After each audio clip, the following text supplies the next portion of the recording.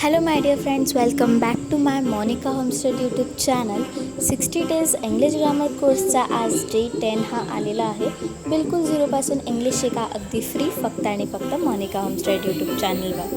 तर आपलं ॲग्जेक्टिव्ह चालू होतं, ग्रामरचं सेशन. ॲग्जेक्टिव्हमधलं 4th ॲग्जेक्टिव्ह हे आपलं सुरू होतं. चला तर लवकर व्हिडिओला सुरुवात करू. तर चौथा आहे ॲग्जेक्टिव्ह ऑफ नंबर. त्यालाच आपण न्यूमरल ॲग्जेक्टिव्हसुद्धा म्हणतो. तर याची डेफिनेशन बघू. This adjective are use to show the number of person or things. त्याची संख्या ज्या विशेषणाने दाखवल्या जातात त्याला आपण न्यूमरल ॲग्जेक्टिव्ह असं म्हणतो. व्यक्तींची किंवा वस्तूंची संख्या ज्या विशेषणाने दाखवल्या जातात त्यालाच न्यूमरल ॲग्जेक्टिव्ह असे म्हणतात. तर चला तर याचे टाईप्स बघूया. न्यूमरल ॲग्जेक्टिव्हचे 2 टाईप आहेत, डेफिनाईट अँड इनडेफिनाईट. डेफिनाईटचे 3 टाईप्स आहेत, कॉर्डायल, ऑर्डिनल, मल्टिप्लिकेटिव्स. कॉर्डायलचे एक्झाम्पल आहे 1, 2, 3. त्याचे नंबर्स असे लिहितात. Ordinal ॲग्जेक्टिव्हचे number 1st, 2nd, 3rd, 4th असे लिहितात. मल्टिप्लिकेटिव्हचे ॲग्जेक्टिव्हचे एक्झाम्पल आहेत single, double, triple, 4-fold, 5-fold असे लिहितात. इंडिफायनाईटचं एक्झाम्पल आहे मिनी, ऑल, फ्यू, सम, इनफ एक्सेट्रा. ओके, तर याचं जे सेंटेन्स आहे बघा. पहिलं, 1 man is standing at the gate. एक माणूस त्या गेटजवळ उभा आहे, म्हणजे संख्या आली 1. कॉर्डायल. दुसरं, first winner will be awarded, म्हणजे हे काय आलं, ऑर्डिनल.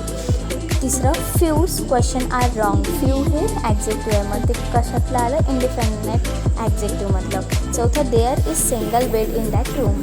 ओके, तर 5th आपण डिमॉन्स्ट्रेटिव्ह ॲग्जेक्टिव्ह बघणार आहोत. त्याची डेफिनेशन आहे, these are use to point out person or things. व्यक्ती किंवा वस्तू दर्शवण्यासाठी ज्या विशेषणाचा उपयोग केला जातो त्यांना डिमॉन्स्ट्रेटिव्ह ॲग्जेक्टिव्ह म्हणतात. There are 2 kinds of demonstrative adjective. पहिलं डेफिनेट डिमॉन्स्ट्रेटिव्ह आणि दुसरं इनडेफिनेट डिमॉन्स्ट्रेटिव्ह. डेफिनेट डिमॉन्स्ट्रेटिव्हचं एक्झाम्पल आहे this, these, the, that, those, the some, such, yonder, etcetera etcetera. Okay, indefinite डिमॉन्स्ट्रेटिव्हचं एक्झाम्पल आहे ए म्हणजेच a, and, any other, the other. Okay, तर याचे एक्झाम्पल्स आहे. पहिलं, आय नो दिस मॅन म्हणजे डेफिनाईट. ओके, दुसरं, keep those books in my bag, definite. तिसरं आहे, I know this toy have been imported from the other countries. This आलेला आहे म्हणजेच डेफिनाईट.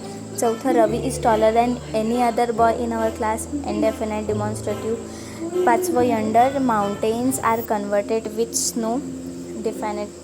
ओके, तर 6वं, distributive adjective. This adjective are use to separate person or things. Example, each, every, either, etcetera. या विशेषणांचा उपयोग वस्तूंची किंवा व्यक्तींची विभागणी करण्यासाठी केला जातो. ग्रुपमध्ये डिवाईड करणे किंवा मग डिवाईड करणे हे पण त्याचा अर्थ होतो. पहिलं सेंटेन्स आहे, each time you create problem. त्या काळी तुम्ही ते प्रॉब्लेम क्रिएट केले होते, म्हणजे विभागणी झाली. तसंच बाकीचे पण सेंटेन्स आहे.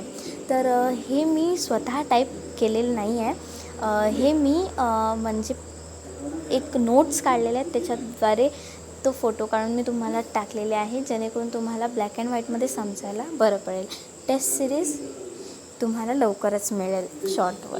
तर जर हा व्हिडिओ आवडला असेल तर लाईक करा. चॅनलला अजून सबस्क्राईब केलं नसेल तर सबस्क्राईब करा आणि मला सपोर्ट करण्यासाठी थँक्यू.